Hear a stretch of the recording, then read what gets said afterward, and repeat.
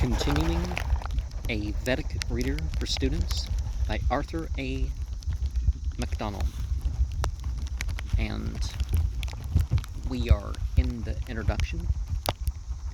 The celestial entities are Gyaus, Varuna, Mitra, Surya, Savitar, Pushan, the Asvins, and the female entities Ushas, Dawn, and Ratri, Night. The atmospheric entities are Indra, Apam, Napat, Rudra, the Maruts, Vayu, Marjanya, and Apas, the waters. The terrestrial entities are Prithvi, Agni, and Soma.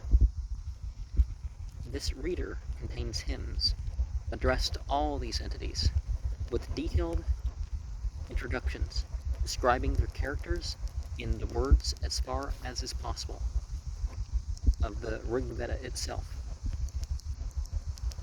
A few quite subordinate entities are not included, partly because no entire hymn is addressed to them. Two such belong to the celestial sphere. Trita, a somewhat obscure entity, who is mentioned only in detached stanzas of the Rig Veda, comes down from the Indo-Iranian period. He seems to represent the third, or lightning horn of fire, similar in origin to Indra, who was ousted by the latter at an early period. Mataristan is an entity also referred to only in scattered stanzas of the Rig Veda. He is described as having brought down the hidden fire from heaven to men on earth, like the Prometheus of Greek mythology. Among the terrestrial entities are certain rivers that are personified and invoked in the Rig Veda, thus the Sindhu, Indus, Bias, and the Sutudri, Sutlej, sister streams of the Punjab, in another. 333. The most important and often mislauded is, however, the further here than in the case of other streams. The connection of the female entity with the river is never lost sight of in the Rig Veda. Abstract entities. One result of the advance of thought during the period of the Rig Veda from the concrete toward the abstract was the rise of abstract entities. The earlier and more numerous class of these seem to have started from epithets which were applied to one or more older entities, which came to acquire independent value as the want of an entity exercising the particular activity in question to be felt.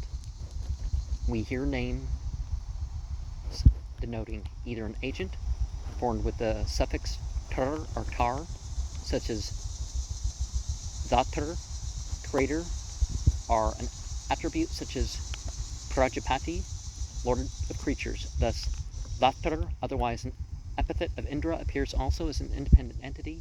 It creates heaven and earth, sun and moon. Remember all those YHAL ending names and terms in the Northern Semitic. More rarely occur Vidatar, the disposer. Careful with the claw, kitty. Larter, the supporter. Thratter, the protector. And Netter, the leader.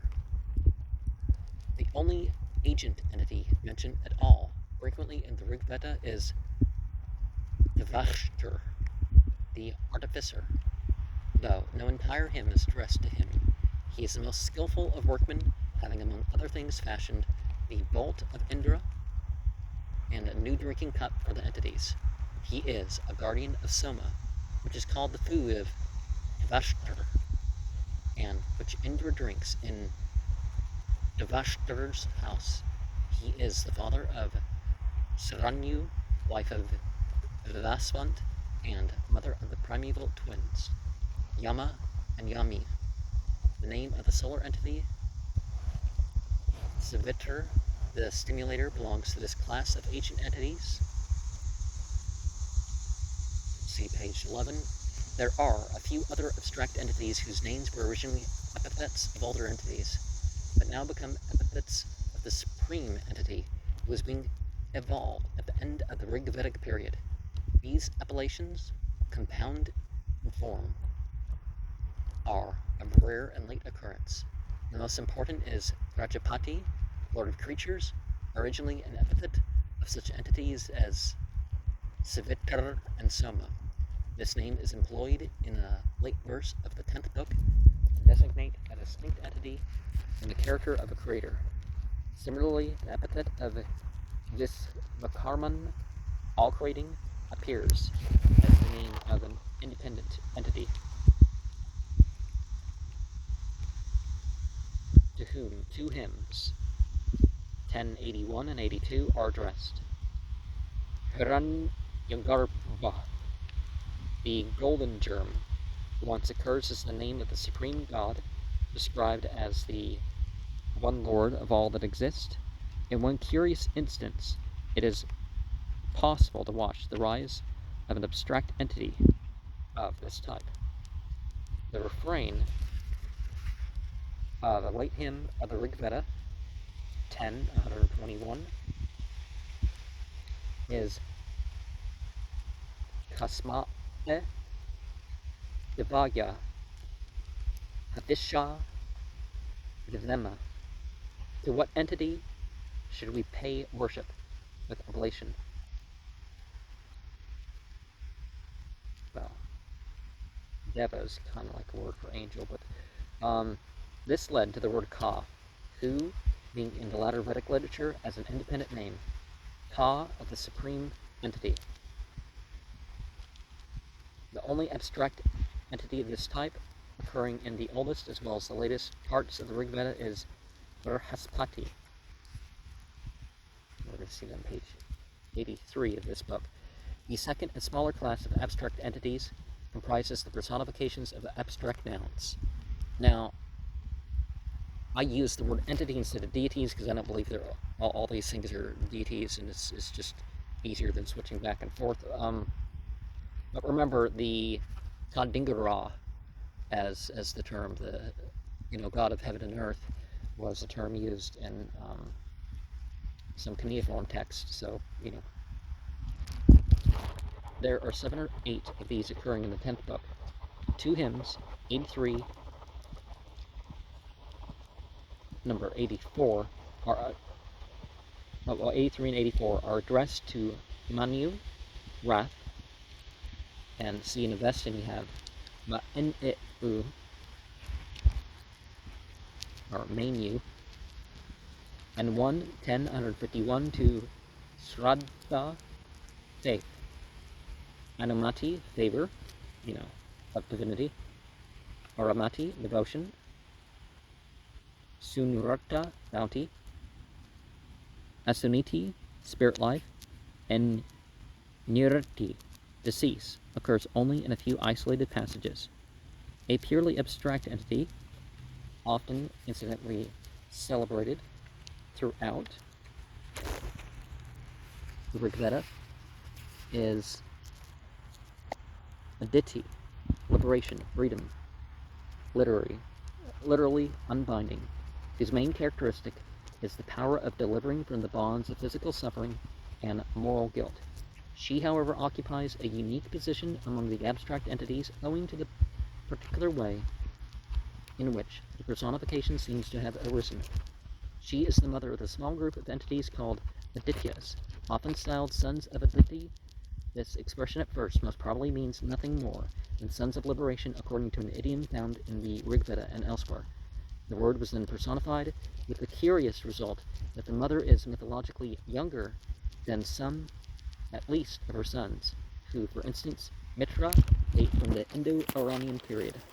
The female entity Diti names only 3 times in the Rig Veda, probably came into being as an antithesis to Aditi, with whom she is twice mentioned. And also gendering and stuff and splitting into separate entities in the mythology and stuff like that. That happens at different times.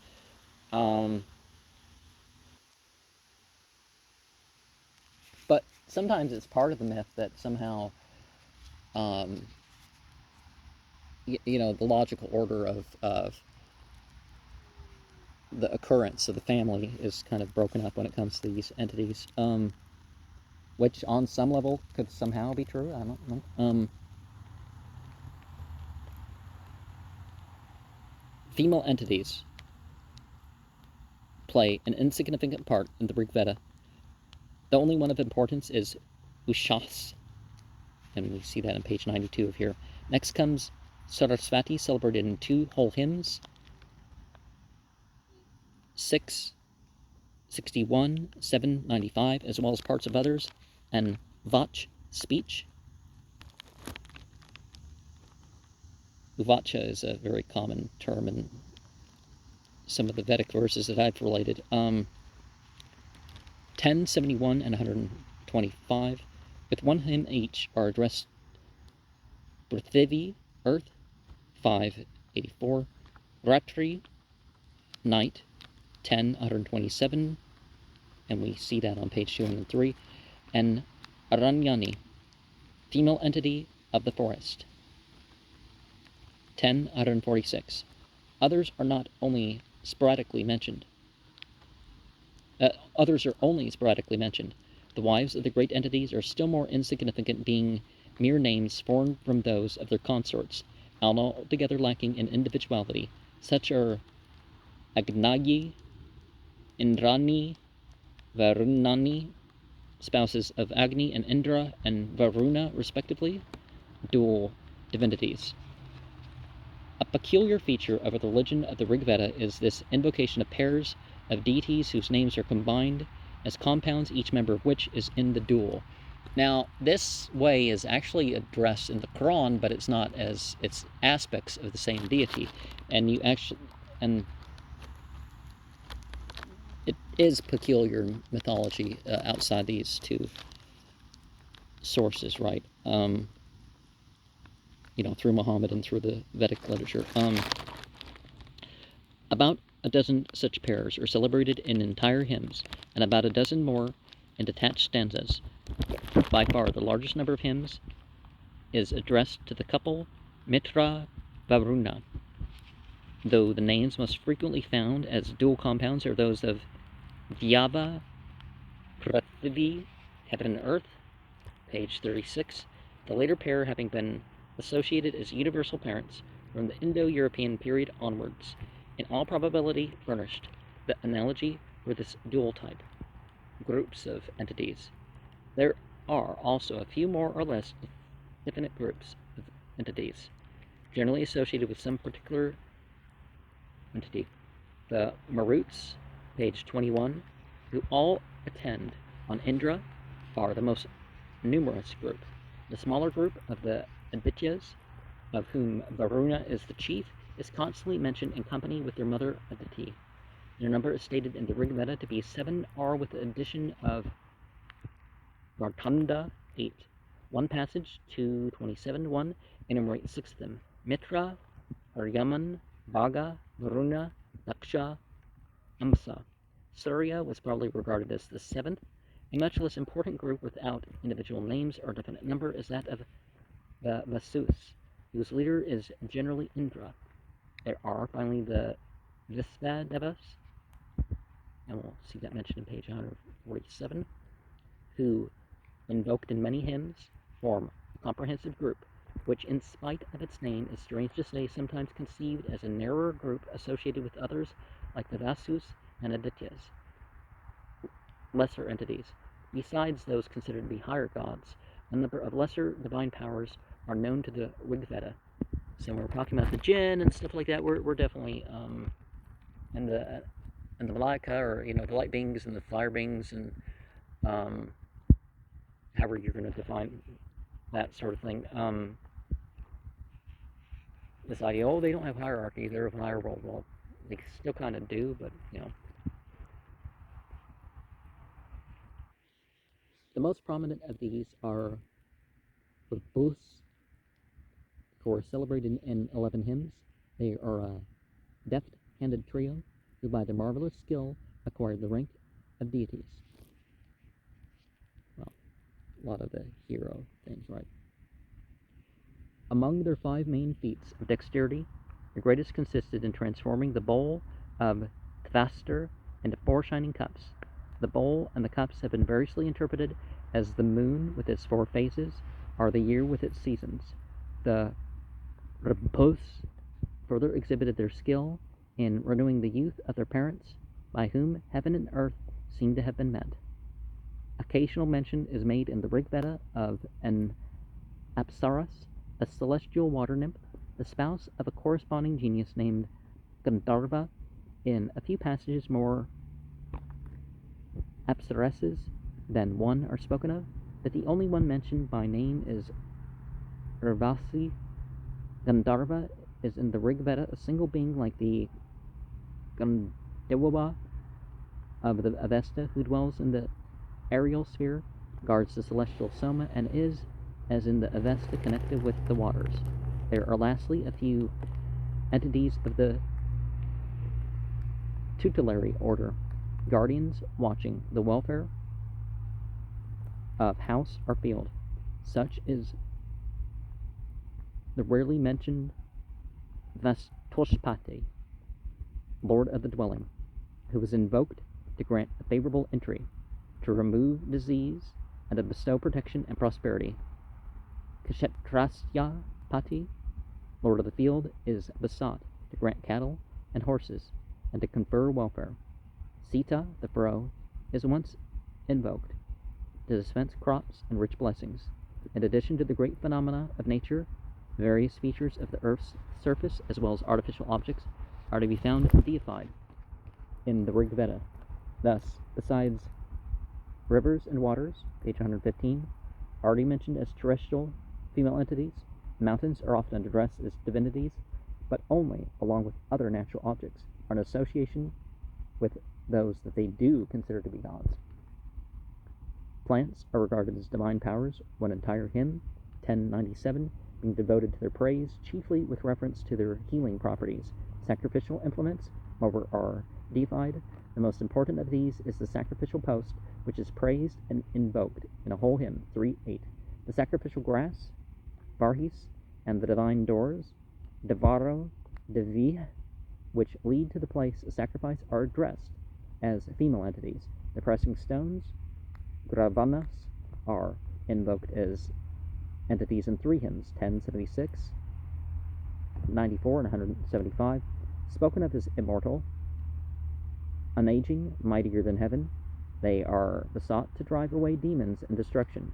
The mortar and pestle used in pounding the soma plant are also invoked in the Rig Veda, 128, 5, 6. Weapons are finally sometimes deified, armor, bow, quiver, arrows, and drum, being addressed in one of the hymns, 675. The demons often mentioned in the hymns are of 2 kinds. The higher and more powerful class are the aerial foes of what are considered to be gods. So again, the Shayateen Menal Jinn versus the Malaika, the fallen angels versus the unfallen type. These are seldom called Asura in the Rig Veda, where in the older parts that word means a divine being, like Ahura in the Avesta, page 134. The term Dasa or Dasyu, probably the name of the dark aboriginals, is frequently used in the sense of fiend to designate the aerial demons. The conflict is regularly one between a single entity and a single demon, as amplified by Indra and Vritra The latter is, by far, most frequently mentioned, his mother being called Danu. He is sometimes alluded to by the metronymic term Danava. Another powerful entity is Vala, the personified cave of the cows, which he guards, which are set free by Indra and his allies, notably the Angrasis. Other demon adversaries of Indra are Arbuda, described as a wily beast, whose cows Indra drove out. Visvarupa, the son of Vashtar, a three-headed demon slain by both Treta and Indra, who seizes his cows, and Svarbhanu, who eclipses the sun. There are several other individual demons, generally described as dasas and slain by Indra. A group of demons are the Panis, Niggards, primarily foes of Indra, who with the aid of the dog Sarama tracks and releases the cows hidden by them. The second or lower class of demons are terrestrial goblins, enemies of men. By far, the most common generic name for them is Rakshasas. Rakshas. Okay. They are nearly always mentioned in connection with some entity who destroys them. Well, the fallen angels have respite, so not everything you hear in myth is the much less common term. Yatu or Yatudana, primarily sorcerer, alternates with Rakshas and perhaps expresses a species, a class of demons scarcely referred to in the Rig Veda but often mentioned in the latter Vedas, are the Pisachas, eaters of raw flesh, are of corpses.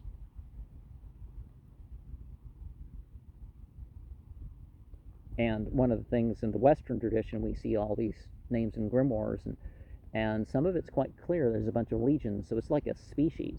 But some of them it's not so clear, but then you, with practice or by other information about this mythology, you find out that, yeah, species of demons, you could say, or categories, or however you're going to say that, but not more than 30 hymns are concerned with subjects other than worship of entities or deified objects. About a dozen of these, almost entirely confined to the 10th book, deal with the magical practices, which properly belong to the sphere of the Atharva Veda.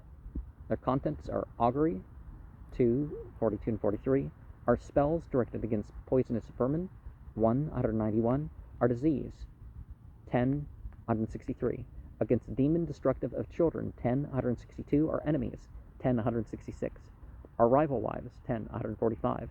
A few are incantations to preserve life, 10, 58 and 60, are to induce sleep, 5, 55, are to procure offspring, 10, 183, while one is a panegyric of frogs as magical bringers of rain, 7, 103, and that's page 141 of what we have here. 8. Secular matters in the Rig Veda. Secular hymns, hardly a score of the hymns are secular poems. These are especially valuable as throwing direct light on the earliest thought and civilization of India. One of the most noteworthy of them is the Long Wedding Hymn, 1085. There are also 5 funeral hymns, 1014 to 18.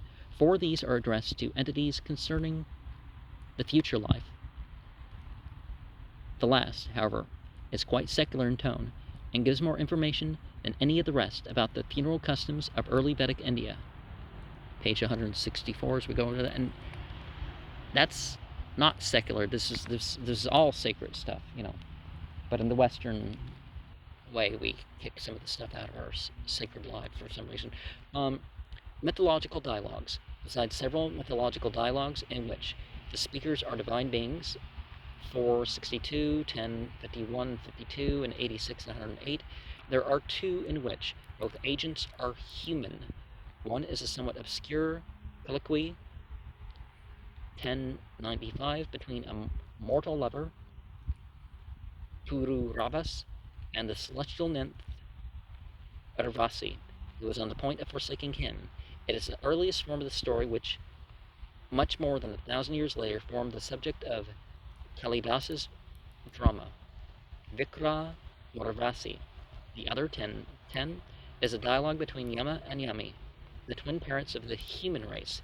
And this group of hymns has a special literary interest as foreshadowing the dramatic works of a later age. Didactic hymns. 4 hymns are of a didactic character. One of these, 10, 3, and 4, because there's a dot in between them. 34 would make sense, but 10, 3, 4, 4, maybe. Is a striking poem, being a monologue in which a gambler laments the misery he has brought on himself and his home by his inability to resist the attraction of the dice. The rest, which describes the various ways in which men follow gain. 912 are praise, wise speech. 1071 are the value of good deeds. 1017 anticipate the sensuous poetry for which post-Vedic literature is noted. Riddles. 2 of the hymns consist of riddles. One of these, 829, and we find that on page 147 here, describes various entities without mentioning their names. More elaborate and obscure is a long poem of 52 stanzas, 164, in which a number of enigmas, largely connected with the sun, are propounded in mystical and symbolical language. Thus, the wheel of order, with 12 spokes revolving around the heavens and containing within it couples, 720 suns, means the year with its 12 months and 360 days and 360 nights. Cosmogonic hymns, about half a dozen hymns, consist of speculations on the origin of the world through the agency of a creator, called by various names, is distinct from any of the ordinary entities. One of them, 1029, page 207, which describes the world as due to the development of the existent sat from the non-existent asat, is particularly interesting as the starting point of the evolutional philosophy, which in later times assumed shape in the Samkhya system. A semi-historical character attaches to one complete hymn, 126, and to appendages of 3 to 5 stanzas attached to over 30 others, which are called Anastutis, are praises of gifts. These are panegyrics of liberal patrons on behalf of whom the seers compose their hymns. They yield incidental genealogical information about the poets and their employers, as well as about the names and the habitat of the Vedic tribes. They are late in date, appearing chiefly in the 1st and 10th, as well as among the supplementary hymns of the 8th book. Geographical data. From the geographical data of the Rig Veda, especially the numerous rivers there mentioned, it is to be inferred that the Indo-Aryan tribes, when the hymns were composed, occupied the territory roughly corresponding to the northwest frontier province and the Punjab of today. The references to flora and fauna bear out this conclusion. The historical data of the hymns show that the Indo-Aryans were still engaged in war with the Aborigines. Any victories over these foes being mentioned, that they were still moving forward as conquerors, is indicated by references to rivers as obstacles to advance. Though divided into many tribes, they were conscious of religious and racial unity, contrasting the Aborigines with themselves by calling them non-sacrificers and unbelievers, as well as blackskins, and the Dasa color, as opposed to the Aryan color. Incidental references scattered throughout the hymns supply a good deal of information about the social conditions of their time. It is clear that the family, with the father at its head, was the basis of society, and that women held a freer and more honored position than in latter times. Various crimes are mentioned: robbery, especially of cattle, apparently being the commonest.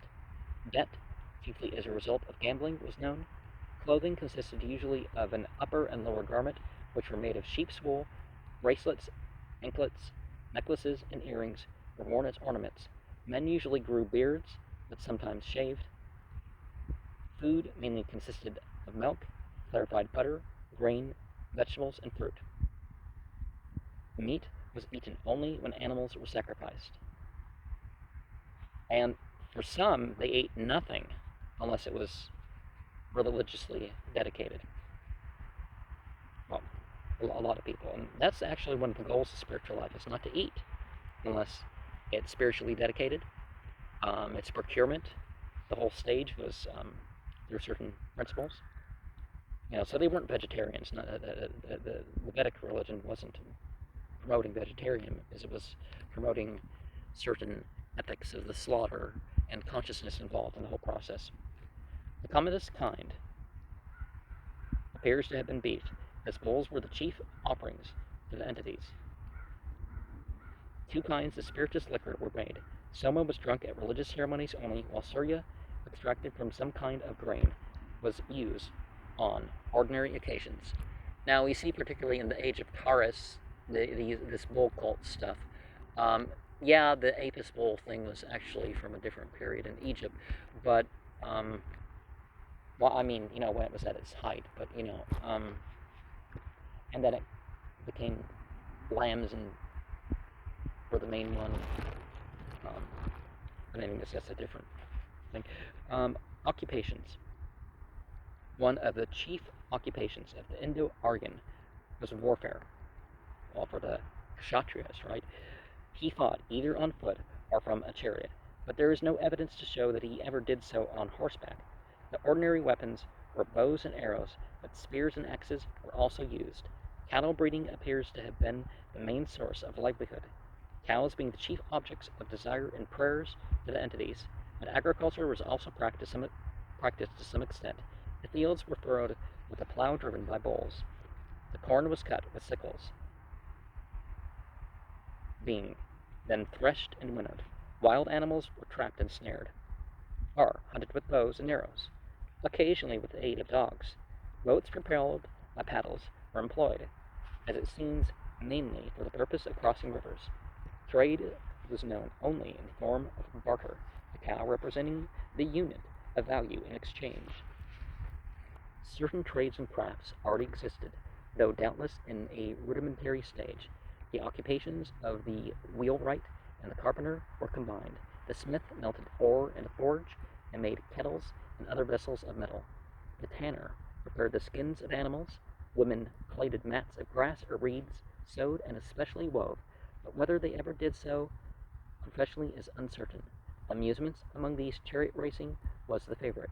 The most popular social recreation was playing with dice. Dancing was also practiced chiefly by women.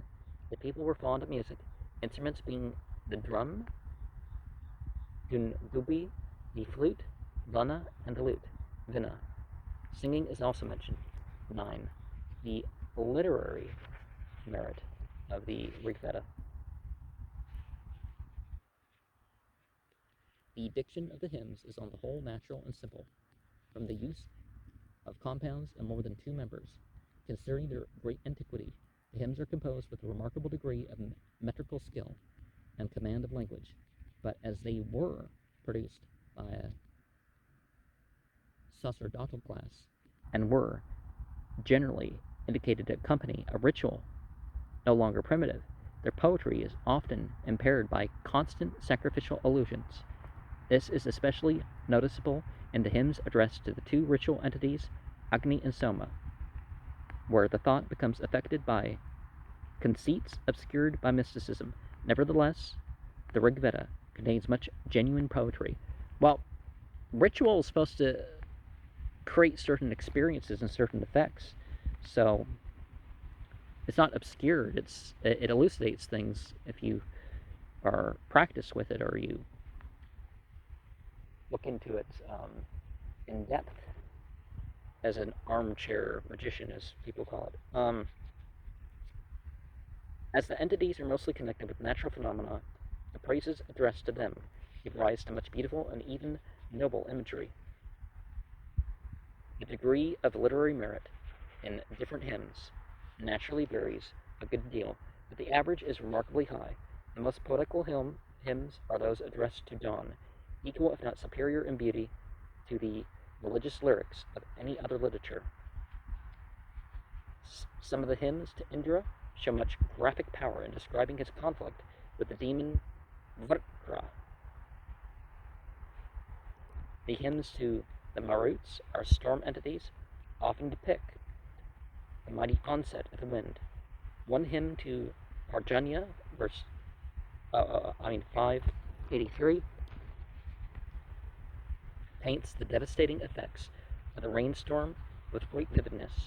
The hymns in praise of Varuna describe the various aspects of his sway as moral ruler of the world in an exalted strain of poetry. Some of the mythological dialogues set forth the situation with much beauty of language. For example, the colloquy between Indra's messenger, Surama, and the demons who stole the cows, 1008, and that between the primeval twins, Yama and Yami, 1010. The Gambler's Lament, 1034, is a fine specimen of Vedic poetry. One of the funeral hymns, 1018, expresses ideas connected with death in the language of impressive and solemn beauty.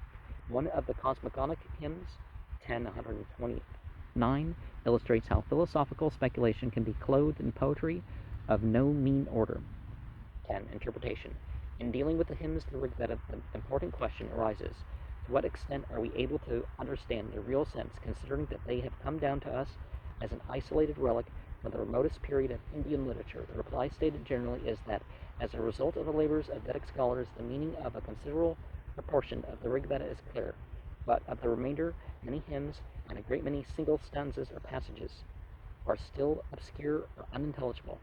This was already the case in the time of Yaska, the author of the Nirukta, the oldest extant commentary, 500 BCE, on about 600 detached stanzas of the Rig Veda, where he quotes one of his predecessors, Kautsa, as saying that the Vedic hymns were obscure, unmeaning, and mutually contradictory. Well, originally, a revealed scripture wouldn't have to have any of the contradictions or obscurities or crookedness, or however you're going to bring up the issues, but certainly tradition can corrupt the text, or sometimes things are composed and but that's human, right, rather than revealed. In the earlier period of Vedic studies, commencing about the middle of the 19th century, the traditional method which follows a great commentary of Sayana, 14th century of the Common Era, the 1300s, and is represented by the translation of the Rig Veda begun by H. Wilson in 1850, was considered adequate. It has since been proved that, though the native Indian commentators are invaluable guides in explaining the theological ritual text of the Brahmanas and Sutras with the atmosphere of which they were familiar, they did not possess a continuous tradition from the time when the Vedic hymns were composed, or even edited. That the gap between the poets and the interpreters, even earlier than the Yaska, must have been considerable, is shown by the divergences of opinion among its predecessors as quoted by him. Thus, one of these, Arnavabha, interprets Nasatyau, an epithet of the Asvins, as true, not false. Another, Agrayana, as leaders of truth. Satyasya Planetaro, while Yaska himself thinks it may mean noseborn. Nasika Prabhau. Yaska, moreover, mentioned several different schools of interpretation, each of which explained difficulties in accordance with its own particular theory. Yaska's own interpretations, which in all cases of doubt are based on etymology, are evidently often merely conjectural, for he frequently gives several alternative explanations of a word. Thus he explains the epithet Jatavedas in as many as 5 different ways, yet he must have had more and better means of ascertaining the sense of various obscure words than Sayana, who lived nearly 2,000 years later. Sayana's interpretations, however, sometimes differ from those of Yaska. Hence, either Yaska is wrong or Sayana does not follow the tradition. Again, Sayana often gives several inconsistent explanations of a word, and interpreting the same passage are and commenting on the same word in different passages. Thus, Asura, divine being, is variously rendered by him as expeller of foes, giver of strength, giver of life, hurler away of what is undesired, giver of breath or water, thrower of oblations, priest, taker away of breath, expeller of water, Parjanya, impeller, strong, wise, and rainwater are a water-discharging cloud. In short, it is clear from a careful examination of their comments that neither Yaska or Sayana possessed any certain knowledge about a large number of words in the Rig Veda. Hence, their interpretations can be treated as decisive only if they are borne out by probability, by the context, and by the parallel passages. For the traditional method, Roth, the founder of the Vedic philology, substituted the critical method of interpreting the different parts of the Rig Veda from internal evidence by the minute comparison of all words parallel in form and matter, while taking into consideration context, grammar, and etymology, without ignoring either the help supplied by the historical study of the Vedic language and its connection with Sanskrit, or the outside evidence derived from the Avesta and from comparative philology. The application of his method in it, Roth attached too much weight to etymological considerations, while he undervalued the evidence of native tradition. Well, a translation is a translation, but some notes of how this was understood is certainly important, but you don't need to be conservative to turn to whatever scripture. On the other hand, a reaction arose, which, in emphasizing the purely Indian character of the Vedic hymns, connects the interpretation of them too closely with the literature of the post-Vedic period and the much more advanced civilization there described. It is important to note that the critical scholar has at his disposal not only all the material that was open to the traditional interpreters and to which he is more able to apply the comparative and historical methods of research, but also possesses over and above many valuable aids that were unknown to the traditional school of Avesta, comparative philology, comparative religion, and mythology, and ethnology. The student will find in the notes of the reader many exemplifications of the usefulness of these aids to interpretation. There is good reason to hope from the results already achieved that steady adherence to the critical method by admitting all available evidence and by avoiding one-sidedness in its application will eventually clear up a large proportion of the obscurities and difficulties that still confront the interpreter of the Rig Veda.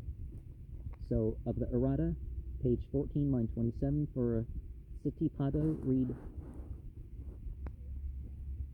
Sittipado. Okay, so a longer O. Page 28, line 1, read Mayapa Arab. I think. Let me show you that text. I need to get more in touch with my Sanskrit reading ability. You can see that right there. Page 31, line 29, and page 46, line 29 for yo. Read yo.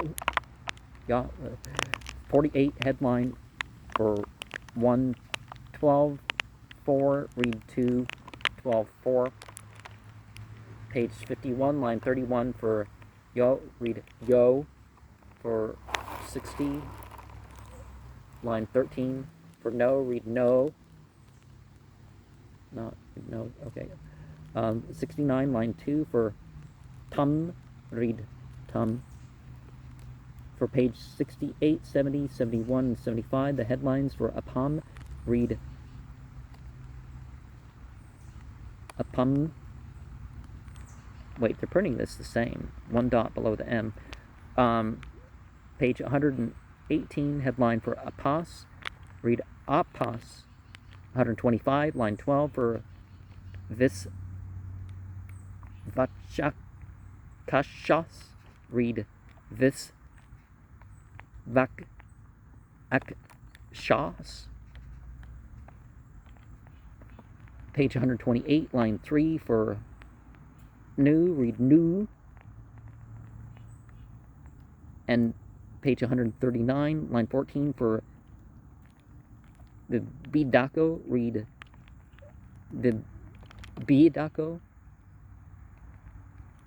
So longer O at the end. Page 142, last line, and page 143, line 11 for Anyo, read Anyo.